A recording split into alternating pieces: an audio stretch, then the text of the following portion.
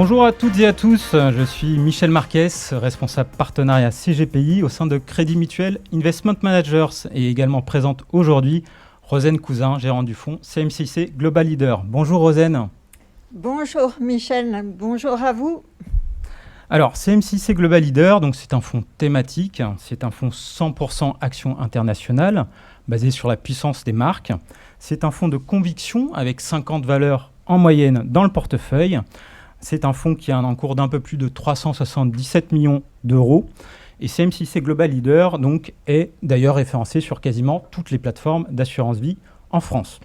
Alors la question qui nous a été posée aujourd'hui, Rosane, c'est après la crise sanitaire, quelle est l'évolution des leaders sur ces 6 derniers mois. Donc 3 points seront abordés. Tout d'abord, tu reviendras sur l'ADN du fonds CMCIC Global Leader. Puis en second point, tu nous feras part de l'évolution des stratégies de ces leaders après la crise. D'ailleurs, y a-t-il eu des gagnants? Et enfin, le troisième point, tu nous présenteras tes convictions. Mais juste avant de te donner la parole, Rosane, vous avez peut-être pu remarquer le gobelet qui est juste à côté de moi. Vous ne voyez que le logo vert, mais beaucoup d'entre vous ont pu reconnaître la marque Starbucks. Finalement, Rosane, est-ce que ce n'est pas un bon exemple pour illustrer la puissance d'une marque? Est-ce que ce n'est pas un bon exemple pour illustrer l'avantage compétitif que peut avoir une marque par rapport à une autre? Rosane, je te laisse la parole. Merci Michel, je ne m'attendais pas à ça comme entrée en matière. Inutile de vous dire que je suis ravie d'être là ce matin, mais je préférais être au Starbucks avec vous pour partager un bon café. Michel a raison. Starbucks est une marque forte. Si vous regardez en fait dans l'univers en fait du restaurant, quand vous interrogez les Américains, il y en a 1 sur 2 qui, quand son Starbucks du quartier est fermé, download en fait l'application ou regarde en fait tout de suite sur Google Maps pour trouver où est le prochain Starbucks.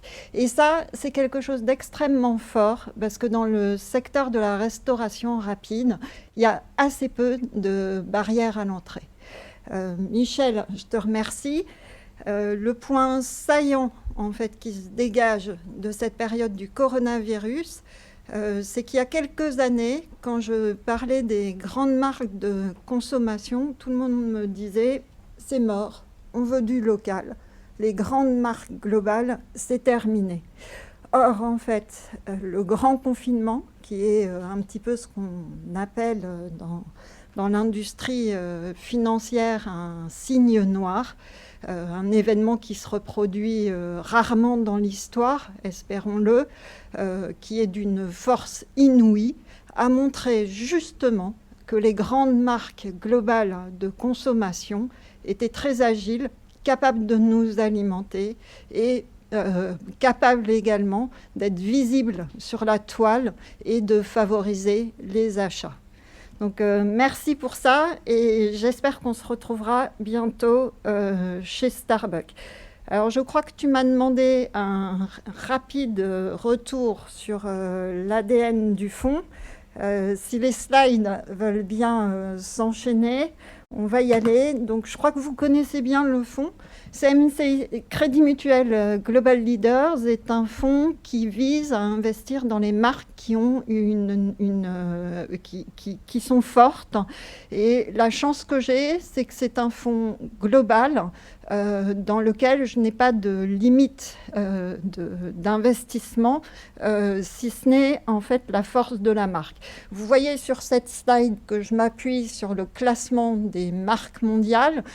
C'est un univers d'une rare qualité. Ce sont des sociétés qui sont dotées de management exceptionnel, qui sont très visibles pour le consommateur et du coup, j'ai la chance de pouvoir évoluer dans un univers absolument passionnant.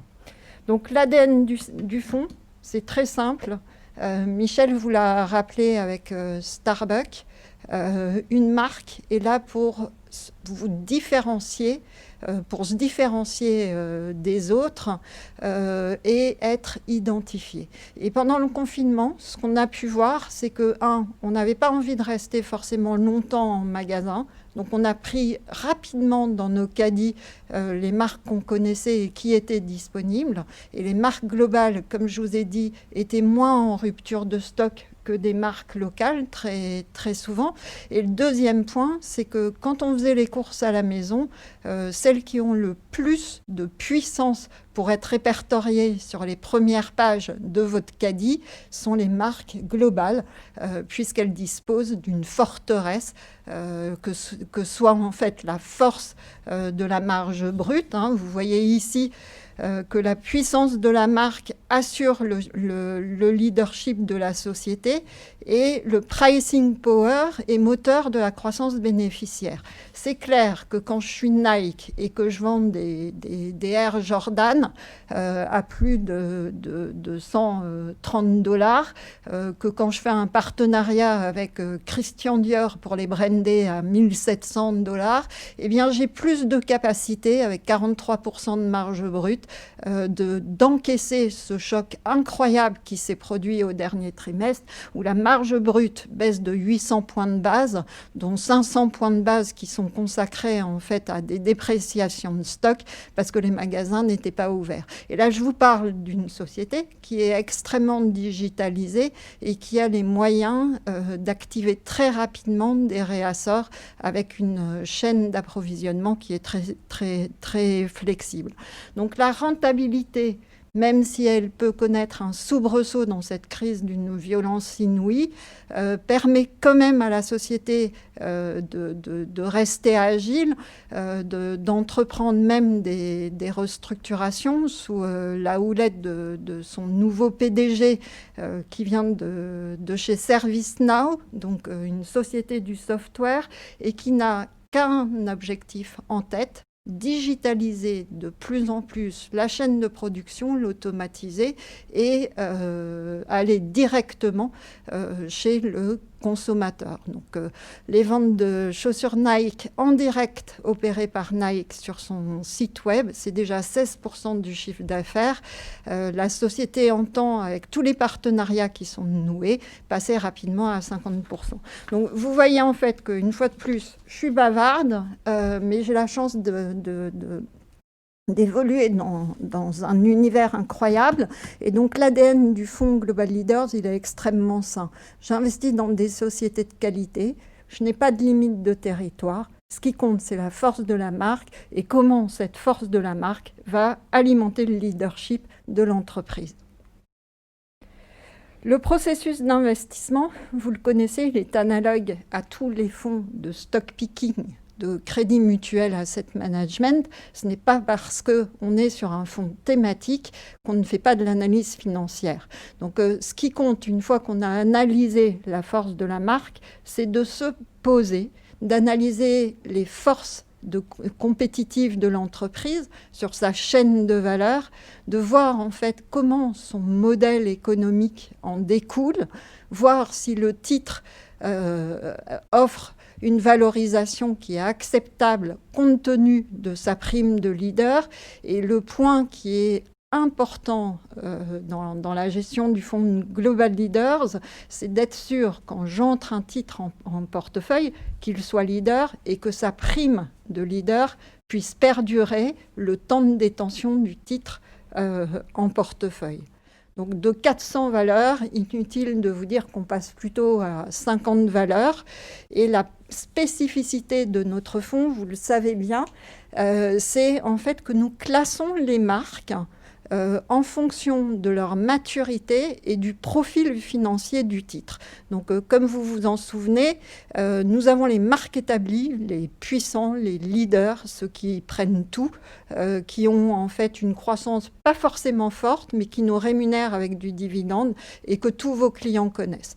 Les marques montantes, 3 catégories, les marques digitales en forte expansion, les marques des pays émergents et puis les petites marques d'héritage extrêmement fort comme Ferrari, Campari, toutes ces petites sociétés qui s'inscrivent grâce à un actionnariat qui est souvent familial dans une perspective de longue durée.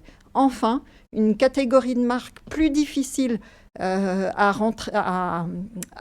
sur laquelle il est plus difficile d'investir dans les faits, c'est les marques en renaissance, ces petites sociétés qui ont subi un traumatisme et qui vont repartir de l'avant. Donc, je vois que le temps passe et vous voulez peut-être passer aux performances. Alors, sur les performances, que peut-on dire ? Sur un an, la performance du fonds est positive. Vous voyez qu'on se débrouille plutôt bien par rapport au MSCI, qui est notre indice de référence, et que sur 5 ans, c'est plus ou moins la même chose, puisque le fonds, si vous avez investi dès le début, est à plus 63%, l'indice étant en dessous. Tout ceci se faisant avec une maîtrise de la volatilité qui est là et qui est en partie liée aux soins que nous apportons à la construction de portefeuilles. Merci Rosen. Plus 63% depuis 5 ans. Donc on peut dire d'excellentes performances, Rosen. Je tenais à le ressouligner. Il y a un des termes que tu emploies régulièrement, que je voulais réutiliser, c'est « the winner takes all ». Donc, mot à mot, les gagnants prennent tout. C'est une expression qu'on entend régulièrement sur le marché. Je sais que ta thématique surfe sur cette idée-là. Et du coup, la question qu'on peut se poser, c'est est-ce que finalement ta thématique et ton ADN est sain à moyen terme ? Et la deuxième question, c'est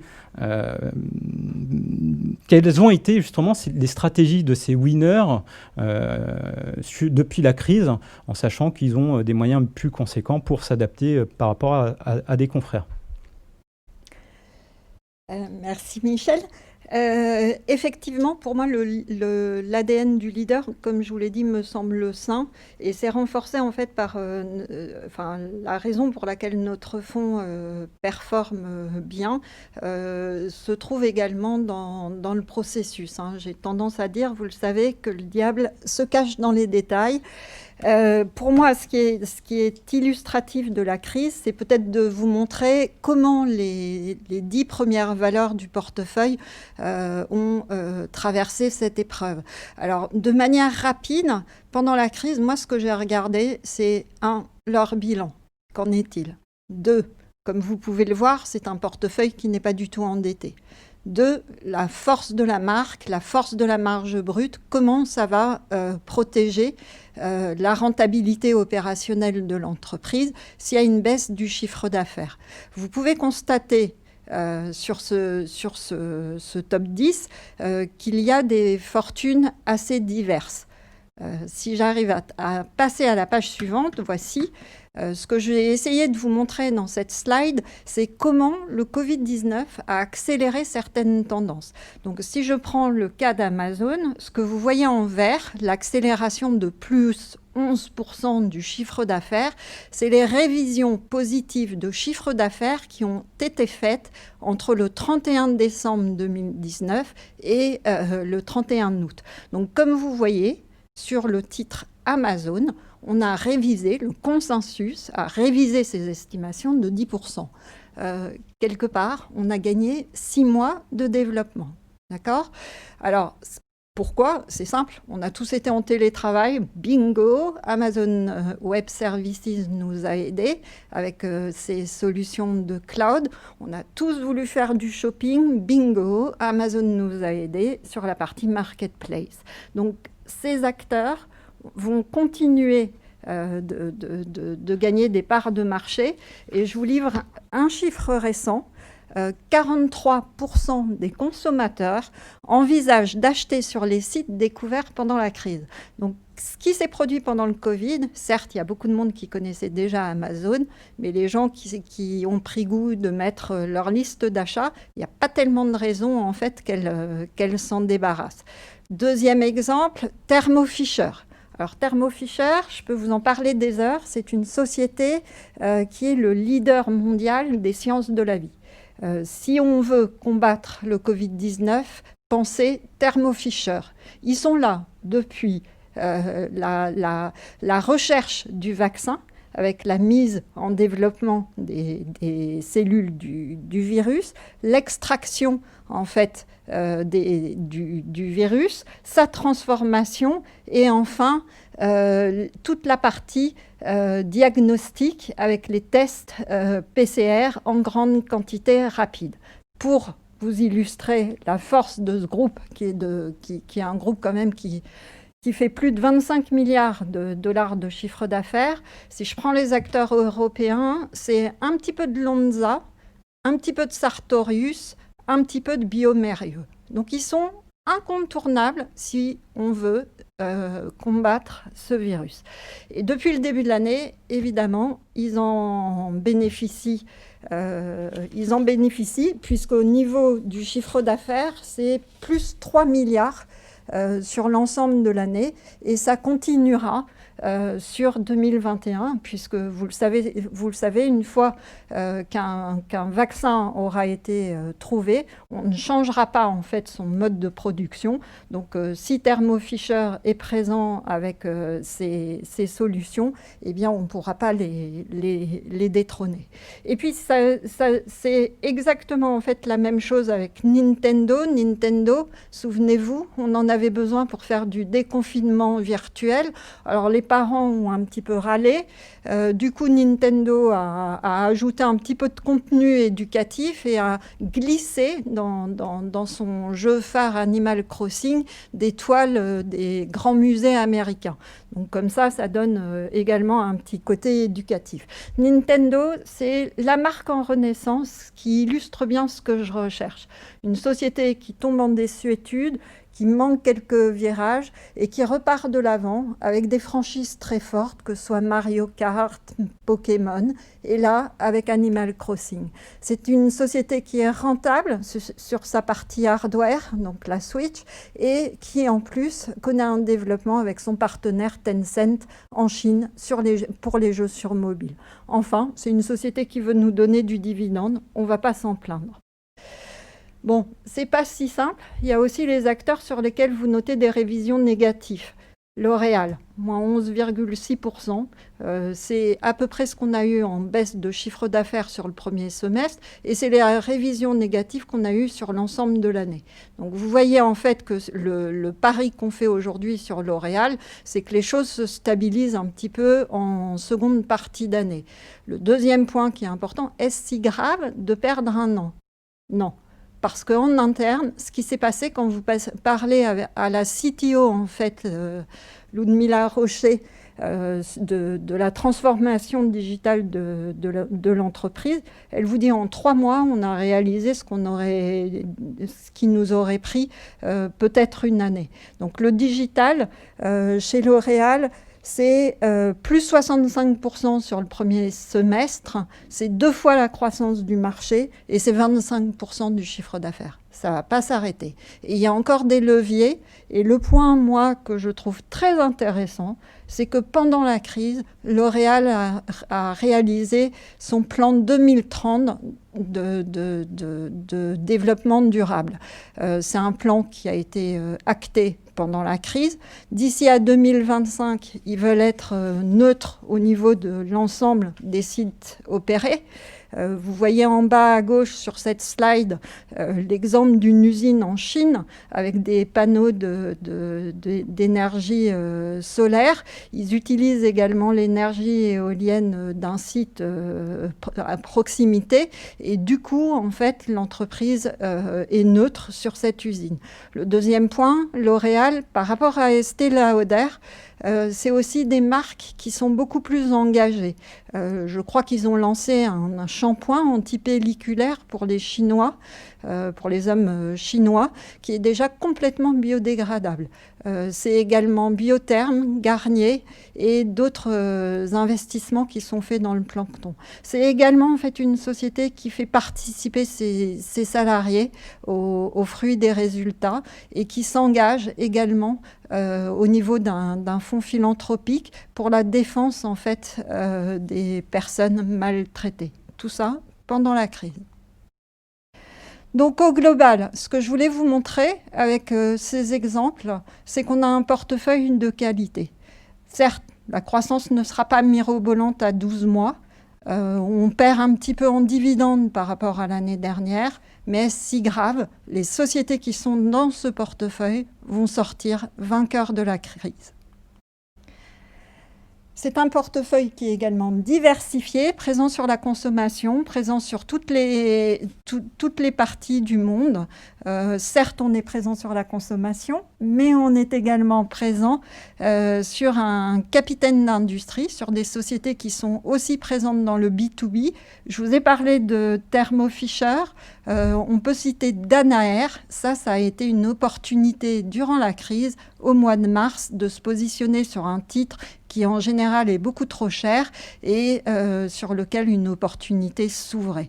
De la même manière que Thermo Fisher, Danaher est une société qui s'est montrée extrêmement inventive durant la crise, tout d'abord en équipant bien sûr ses clients sur la recherche du virus, en se positionnant également sur les tests et aussi en se forçant à avoir des salariés qui cherchent des réponses à des problèmes divers, que ce soit environnementaux ou celui de la crise. Alors pour finir, Rosen, tu as commencé à parler de valeurs de consommation. Est-ce que tu peux nous en dire un peu plus sur ce secteur? Et d'ailleurs, quelles sont tes perspectives sur le secteur? Alors, effectivement, le fonds est présent sur le secteur de la consommation. Et j'ai envie de vous dire en fait que pendant le Covid-19, nous sommes tous devenus des générations digitales, engagées et informées. C'est-à-dire que nous ne voulons pas surpayer la valeur d'un bien. Un point qui me paraît important depuis l'été, c'est que le redémarrage de la consommation en Chine se passe bien. On a assisté à une sorte de revenge buying. En une journée, des magasins Hermès réalisaient des chiffres d'affaires très importants. Et ce qu'on voit après le confinement, pour l'ensemble des consommateurs, c'est toujours ce sondage Kantar qui le montre, c'est que 31% des gens interrogés font du shopping une priorité d'après-crise. Donc il y a eu une sorte de revenge buying qui a été très forte en Chine et contre toute attente très forte également aux États-Unis. En Europe, c'est un petit peu plus contrasté parce que même si le consommateur européen a bénéficié quelque part d'une aide des gouvernements et d'une certaine résilience de l'emploi, pour le moment, ce qui manque en Europe, c'est le dynamisme de la clientèle internationale. Je vous rappelle que sans vaccin ni médicaments probants, on aura du mal à relancer le voyage international. Le deuxième point, l'innovation. J'ai souvent entendu dire qu'il y avait ce qu'on appelle une descente en gamme de la part du consommateur. Pour le moment, ce n'est pas vrai. Le pouvoir d'achat a plutôt été préservé. Certes, certaines entreprises n'ont pas mis sur le marché leurs dernières innovations, mais j'avais L'Oréal dernièrement au téléphone. Je peux vous dire que l'offensive nouveaux produits sur le second semestre va être extrêmement importante puisqu'ils veulent redonner confiance aux consommateurs. Troisième point, simplification. Netflix. Oui, Pendant le confinement, on ne voulait pas faire 10 000 clics pour allumer la télévision ou se mettre un film, chercher des heures quelque chose qui puisse convenir aux enfants ou regarder des documentaires comme The Last Dance sur Michael Jordan, 23 millions de spectateurs aux États-Unis. Donc on a pris Netflix, ça se passe bien, il y a encore beaucoup de régions à couvrir. Il faut voir en fait qu'au Brésil, bizarrement, Netflix a très peu de contenu en langue portugaise. C'est pas grave, ça se passe très bien. Ils ont déjà dépassé la taille de tout le marché de la télévision payante. Donc vous voyez, on veut des choses simples, on ne veut pas faire 10 000 clics pour arriver au résultat. Bien-être, l'aspiration au sport, être bien, se sentir zen. Lululemon, ça c'est notre position achetée en mars pour être zen. C'est en fait une marque très différente de ce que vous avez l'habitude de voir avec Nike et Adidas. C'est un petit peu moins masculin, beaucoup plus féminin et beaucoup d'articles de yoga. Donc c'est une marque qui était extrêmement chère parce que le momentum est là. C'est une marque qui est encore assez peu connue en Europe. Attention à la déferlante, ça va arriver. Et c'est une marque que les Américains affectionnent beaucoup. Donc nous sommes positionnés sur ce titre.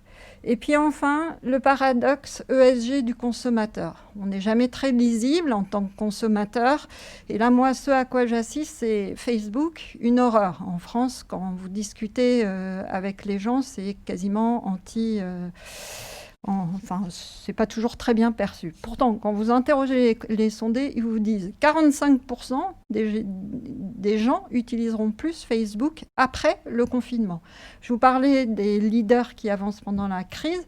Facebook, pendant la crise, 2 initiatives majeures. La première, le rachat en Inde de Jio, une plateforme qui va permettre de relier les petites épiceries qui sont très nombreuses, les petits épiciers, les petits boui-boui, j'ai envie de dire, peut-être pas très politiquement correct.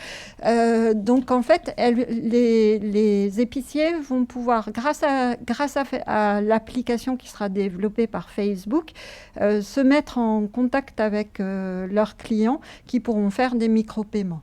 Donc vous voyez en fait que la société continue d'avancer. Enfin, comme sur la toile, tout se brouille, tout le monde se fait concurrence, eh bien Facebook marche sur les plates-bandes d'Amazon qui également est devenu un de ses concurrents majeurs sur la publicité. Donc concrètement, qu'est-ce qu'a fait Facebook? Ils ont lancé en fait Shop. En un clic, vous achetez un produit qui se trouve sur une page Facebook que vous regardez.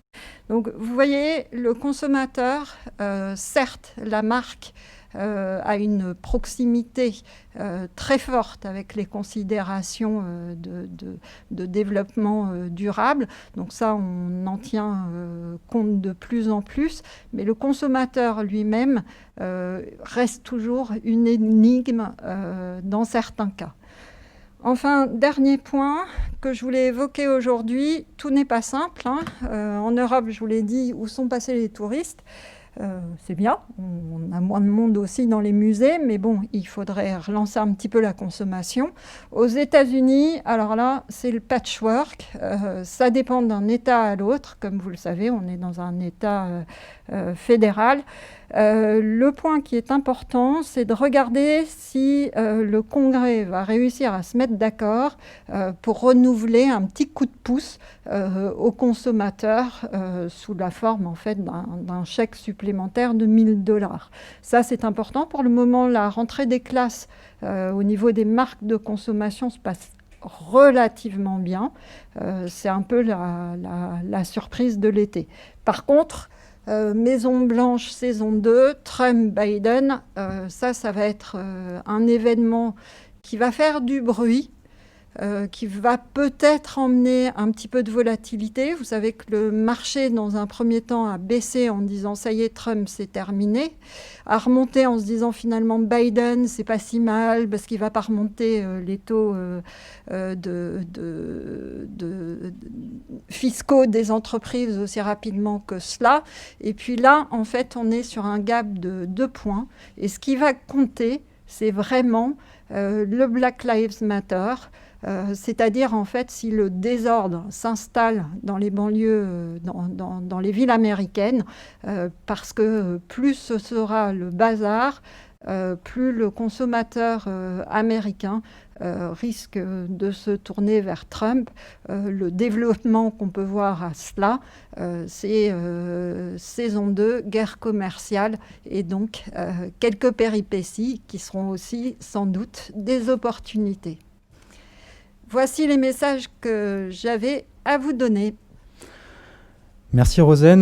Donc nous allons maintenant passer à la session de questions-réponses. Vous pouvez d'ores et déjà utiliser le chat si vous ne l'avez pas encore utilisé. Alors j'ai une première question, Rosen, qui m'a été transmise. C'est est-ce que tu suis encore l'évolution de l'épidémie ? Est-ce que ça a une influence sur ta gestion ? Autrement dit, est-ce que tu vas diminuer une exposition à un pays en fonction du nombre de contaminations qu'il y a ? C'est une bonne question. 2 points. Comme vous le savez, en fait, on était sorti d'Inde dès le début de l'épidémie. Pourquoi ? Parce que nous pensons, avec Leslie, notre spécialiste pays émergents, que le cordon sanitaire en Inde n'existe pas, n'est pas assez solide. Du coup, on a préféré être prudent sur cette zone. En revanche, on est un petit peu plus contrariant sur le Brésil. Comme vous avez peut-être noté, nous avons dans Global Leader une valeur brésilienne, qui est l'Horace Renner, le petit Zara. Donc c'est une société que nous aimons beaucoup, tout simplement parce que c'est très compliqué pour Zara et les acteurs de la mode rapide de s'implanter au Brésil, d'une part parce qu'il y a des taxes très importantes et d'autre part parce que les saisons sont inversées. C'est idiot, mais pour les réassorts, c'est pas si simple. Donc la société était beaucoup trop chère à notre sens. On a commencé à bâtir une position avant la crise qu'on a maintenue, qu'on renforce graduellement au gré des nouvelles sur le coronavirus. L'autre point sur ta question qui est importante, c'est que je vous ai parlé des élections américaines, mais pour beaucoup d'économistes et stratégistes, il est certain que le jour où on a enfin une bonne nouvelle sur le vaccin contre le coronavirus et la découverte d'un médicament, il peut y avoir une certaine rotation sectorielle sur le marché et nous serons contents d'avoir des valeurs comme Starbucks, comme l'Horace Renner dont je vous parlais, qui profiteront en fait du retour du consommateur en magasin. Merci Rosen. Deuxième question, on note que tu as quand même une exposition importante sur les US. Est-ce que tu as une stratégie juste avant les élections américaines ? Alors, je m'inscris dans le long terme avec un fonds qui a un horizon d'investissement de 5 ans. Et pour moi, ce qui est beaucoup plus important, c'est quelque part de refléter, d'être en accord avec mon univers. Et ce que vous pouvez voir sur la première slide de cette présentation, qui est le classement des marques qui est fait par des instituts comme Brand Z ou Interbrand, c'est que les marques américaines sont loin d'être détrônées. Vous avez les marques comme Coca-Cola, donc j'ai envie de dire les marques de l'après-guerre, et puis vous avez toutes les marques de la tech, les marques digitales de Californie qui prennent le relais. Et ce qui est important, pour rebondir sur ta question de la stratégie américaine, c'est que pour moi, ça peut plus avoir des répercussions sur l'Europe. On a vu, je suis peut-être qu'il y a une question là-dessus, hein, sur LVMH et Tiffany. Qu'est-ce qui va se passer entre ces deux contrées et éventuellement sur les marques émergentes. Donc moi, je suis plutôt positionnée sur le long terme avec un portefeuille qui est bien établi en marque B2B, en marque digitale et en marque physique. Et j'espère en fait que ça nous donnera un profil positif par rapport à l'évolution du marché. Très bien, merci Rosen. Donc si vous avez d'autres questions, n'hésitez pas à les adresser à vos contacts préférés. Dans tous les cas, c'était un vrai plaisir d'être avec toi Rosen. Je vous propose de vous retrouver une prochaine fois pour le prochain webinaire qui est prévu le 16 septembre sur CMCIC Pierre. Les inscriptions sont déjà ouvertes et je vous remercie pour votre participation. À très bientôt, au revoir. Au revoir.